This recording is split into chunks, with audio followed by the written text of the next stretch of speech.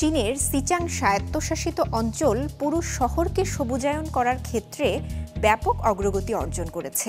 বিশাল বনভূমি রোপণ এবং শত শত সবুজ সতেজ পার্ক তৈরি করা হয়েছে।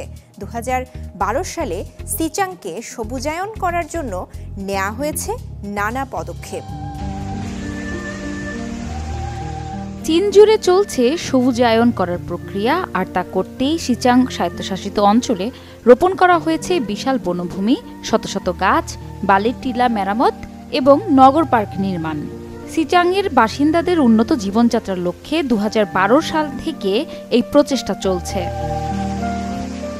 এই মাসের শুরুতে পোটালা প্রাসাদের পশ্চিম প্রান্তে অবস্থিত লাসা ইউনিটি পার্ক জনসাধারণের জন্য খুলে দেওয়া হয়েছে, যা সিচাংয়ের নগর এলাকাগুলিকে আরও সবুজায়ন করার অভিযানের একটি উদাহরণ।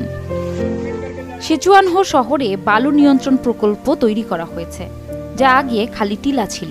প্রকল্পটি শুরু হওয়ার পর থেকে 40টিরও বেশি প্রজাতির গাছ রোপণ করা হয়েছে। সবুজায়নের লক্ষ্যে নগরীটিতে 14,266 হেক্টরেরও বেশি মানবসৃষ্ট বন তৈরি করা হয়েছে।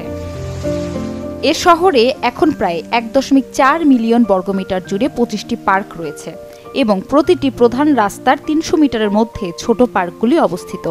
পরবর্তীতে আরও 13টি পার্ক এবং 150 বর্গমিটার বৃহৎ বহুমুখী নগর পার্ক যুক্ত করার পরিকল্পনা চলছে। এই মালভূমিতে 800টিরও বেশি গ্রাম রয়েছে, যেখানে জনসংখ্যার 40% শহরাঞ্চলে বাস করে। এই অঞ্চলে বনভূমির পরিমাণ বেড়ে 12.31% দাঁড়িয়েছে।